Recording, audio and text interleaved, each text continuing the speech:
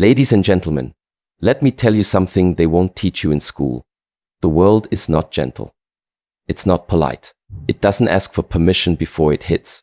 And sometimes people, circumstances, even your own thoughts can feel like enemies living under your skin. But here's the truth. You're not a victim anymore. Not today. Not today. Not ever again. Pain is the one thing we all share. It's a universal language spoken in silence, in sleepless nights, in tears no one sees. But what makes the difference between those who stay broken and those who rise is how they respond to that pain. Too many people let it define them, trap them, and build a prison around their hearts. But here's the truth that sets you free. Pain is not your master, it's your teacher. Pain knocks on your door to deliver a message. Sometimes it whispers, sometimes it roars, but it always comes with a lesson tucked inside the suffering. And that lesson, it's meant to shape you, not destroy you. You don't grow in comfort. You grow in challenge. Every scar is evidence that you made it through something that tried to bury you. You survived what was designed to break you. And if that doesn't prove strength, nothing does. We're taught to run from pain, to avoid it, to medicate it, numb it, ignore it. But what if instead you faced it? What if you stood in the middle of the storm and said, "I'm listening. What are you trying to show me?" Because pain doesn't come to hurt you. It comes to wake you. It reminds you that something is off, something is changing, or something needs to be left behind. And the moment you stop seeing pain as punishment and start seeing it as purpose, that's when the transformation begins. Let's be real. Some pain is unbearable, the kind that takes your breath away, the kind that makes you question everything. But that's when your soul is being stretched. That's when you find out who you really are, underneath the layers of pride, comfort, and illusion. The deeper the pain, the deeper the roots it forces you to grow. Pain builds character like nothing else can. You learn patience, you learn strength, and most importantly, you learn self-worth, because when you've been broken and you choose to rise anyway, you don't settle for less anymore. You don't tolerate what you used to. You don't beg for love, attention, or respect. You know what you deserve because you paid for it with pain. But too many people make the mistake of staying in the pain.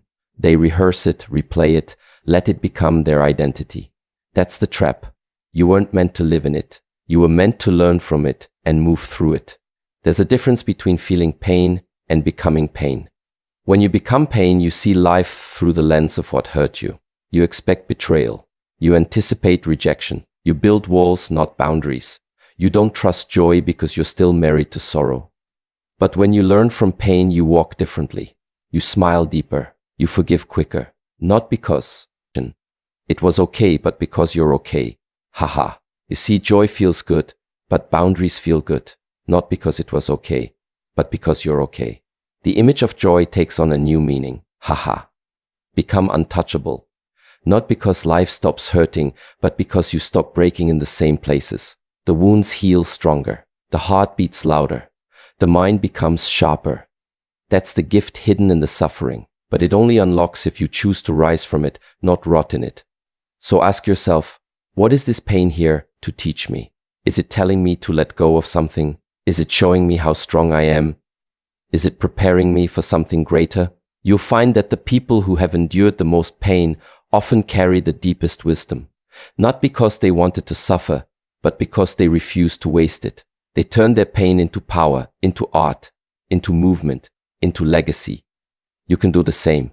You can take everything that was meant to destroy you and use it to build a foundation no storm can shake. You can let your past be a chapter, not the whole book. You can stop letting pain make decisions for you. You are the author now. This is your moment to look pain in the face and say, "Thank you for the lesson, but you don't get to stay here." Because the truth is, pain might visit, but it doesn't get to live in you. You are not what happened to you. You are what you decide to become after it. And when you make that decision to rise, to heal, to grow, nothing can touch you the same way again. You're not soft anymore. You're forged.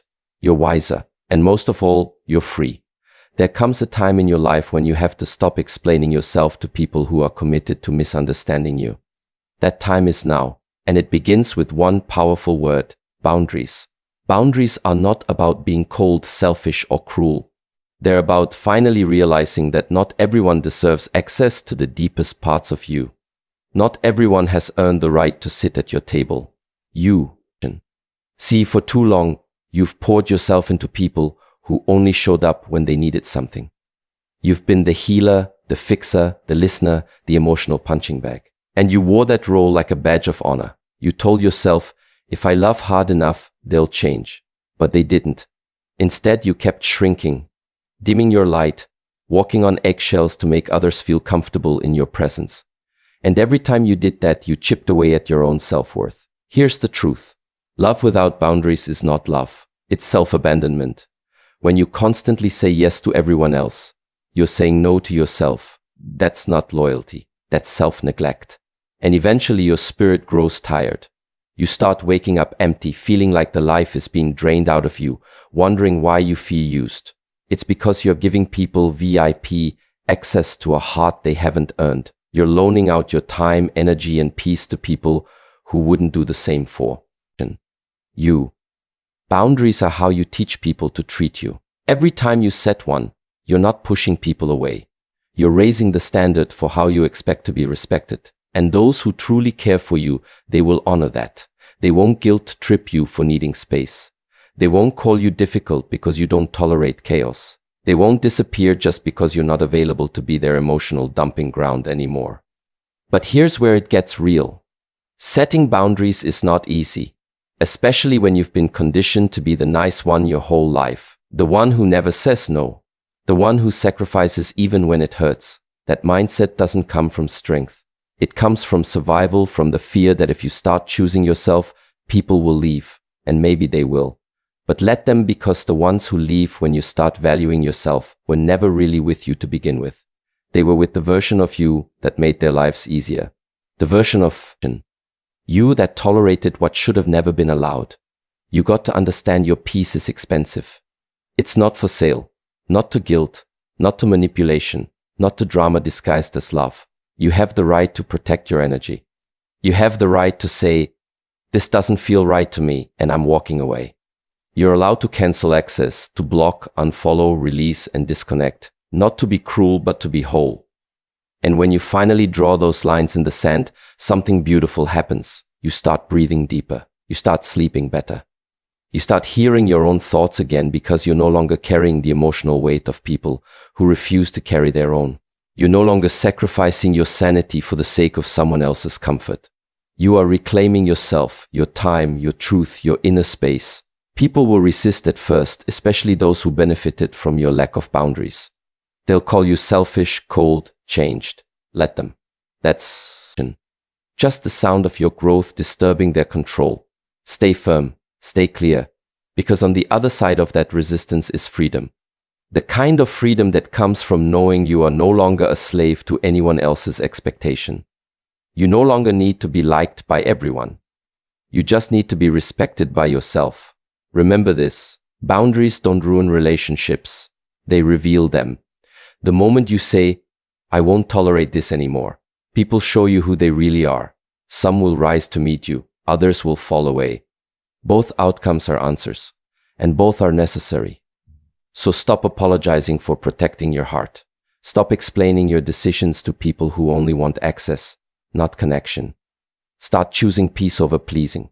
Start valuing your own voice, even if it shakes. Because every time you do, you become more powerful, more grounded, more whole. And in that space of clarity, no one can manipulate you. No one can use guilt or fear to pull you back into the old version of you because you've changed. You've drawn the line. And this time you're not moving it. The most dangerous battles are not fought in the streets. They're fought in the mind. The enemy isn't always the person who betrayed you or the world that overlooked you. Sometimes the real enemy is that small voice inside your head that keeps telling you you're not good enough, that you'll never make it, that you're too damaged to heal, too late to start over, too broken to be whole. That voice isn't true. It's programming. And if you don't take control of it, it will control you. That voice was born from experiences, rejection, failure, trauma, words spoken by others who never believed in you. Maybe it came from a childhood where love had to be earned. Maybe it came from relationships where you were made to feel less. Wherever it came from, it planted seeds and you started watering them. You repeated what you were told. You began to live by limitations that weren't even yours. And over time, that voice became familiar. You mistook it for your own. But you're not what they said about you. You're not the worst day of your life. You're not the opinion of someone who never even saw the fire in you. That voice in your head can be reprogrammed. It can be rewritten. But only if you're bold enough to confront it. Only if you're willing to stop being its echo chamber. Every word you speak to yourself has power. More than the opinions of strangers, more than the expectations of family, more than the pressure of society.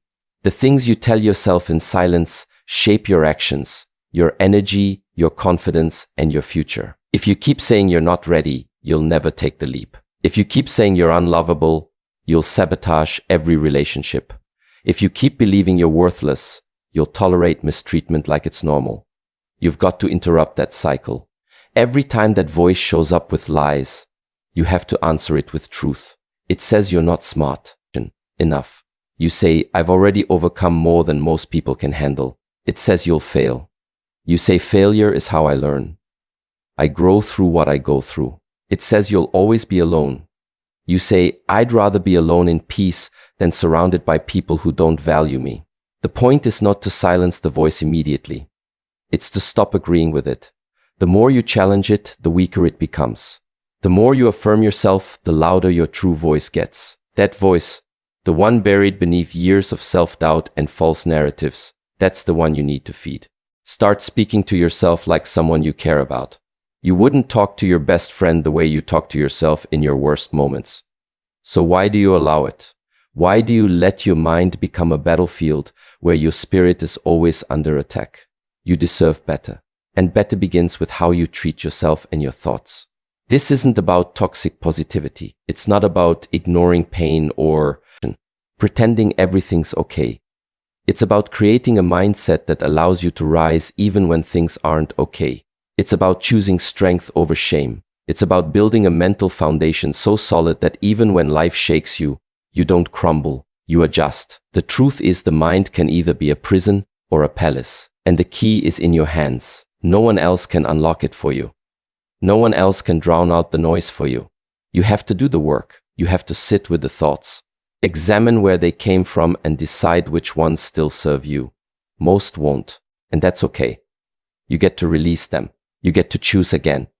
Start filling your mind with truth, with affirmations that reflect your strength, your purpose, your resilience. Write them down. Speak them aloud. Repeat them when the lies start creeping back in. Build that muscle until it becomes automatic. Until one day that voice in your head doesn't tear you down, it lifts you up. It reminds you of who you are. It challenges you to grow, to heal, to keep going. And when that happens, you become unstoppable. Because the greatest victory isn't defeating others.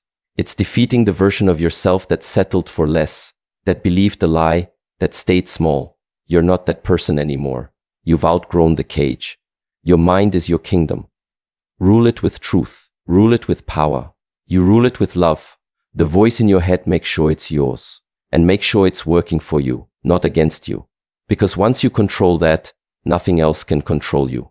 There's a dangerous pattern we often fall into without realizing it. We start seeking our worth through the eyes of people who don't even see themselves clearly. We chase validation from people who are too broken to give it, and then wonder why we still feel empty. The truth is, when you hand your value over to someone else, you're gambling with your identity, and the house always wins. Especially when the people you're depending on can't even love themselves. It's human to want to feel seen, accepted, appreciated. But when that need becomes a habit, when your self-worth is tied to how others treat you, you set yourself up to live on an emotional roller coaster. One day you're on top because someone praised you. The next you're spiraling because they went silent. And the more you chase approval, the more you abandon your authenticity. You've probably done it without even noticing. Dressed a certain way to fit in. Said what you thought they wanted to hear. Smiled through discomfort just to keep the peace. But here's the harsh truth. People-pleasing is just another form of self-rejection. And no amount of validation from someone else can fill a void you're refusing to fill yourself. And often the people we try hardest to please are the ones least capable of giving us real love. Maybe it's someone you tried to fix. Someone whose love you had to earn like a reward. Someone who was never satisfied. no matter how much of yourself you gave.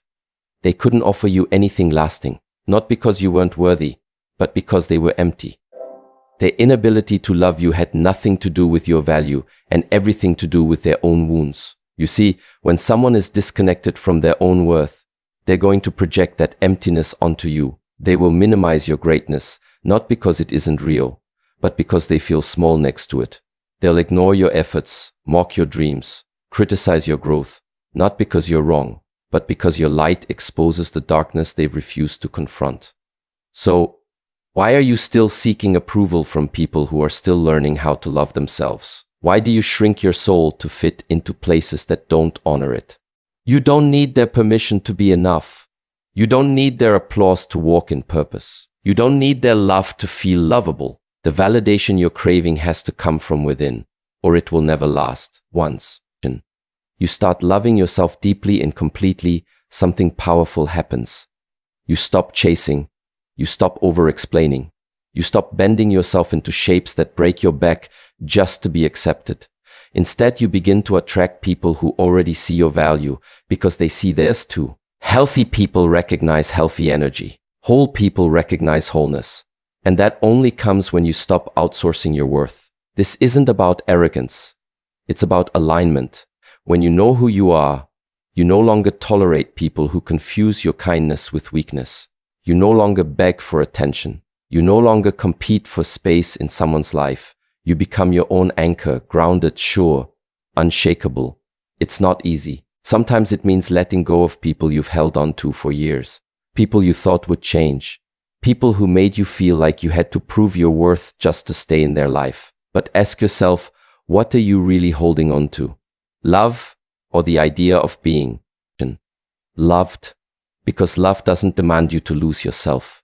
It meets you where you are and still calls you higher. When you stop seeking validation, you take back your power. You stop being a puppet to other people's moods and opinions. You start trusting your own voice, your own instincts, your own decisions. You realize that not everyone's approval is worth having, and that the most dangerous thing you can do is let someone else's inability to love define how you love yourself. Start walking in rooms like you belong there, because you do. Stop watering dead relationships, hoping they'll bloom. Let them go. Free your heart from the chains of trying to be enough for someone who never saw your worth. That was never your job. Your job is to heal, to grow, to rise, to surround yourself with people who don't just tolerate you, but celebrate you. People who don't see your confidence as a threat, but as inspiration. People who clap when you win, not go silent. And until you find those people, be that person for yourself. Because at the end of the day, self-love is the only validation that can't be taken away. It doesn't flinch, and it doesn't depend on anyone else's brokenness to exist. You were always enough. You just forgot for a moment. Now it's time to remember. Forgiveness is one of the hardest things you'll ever do, not because it's complicated, but because it feels unfair. When someone hurts you deeply, when they lie, betray, or abandon you, the last thing you want to do is let go. Forgiveness feels like giving them a free pass, like saying what they did didn't matter. But real forgiveness isn't about them. It's about you. It's not letting them off the hook. It's letting yourself off the leash. The pain you carry doesn't punish the one who hurt you. It punishes you. It shows up in your sleepless nights, in the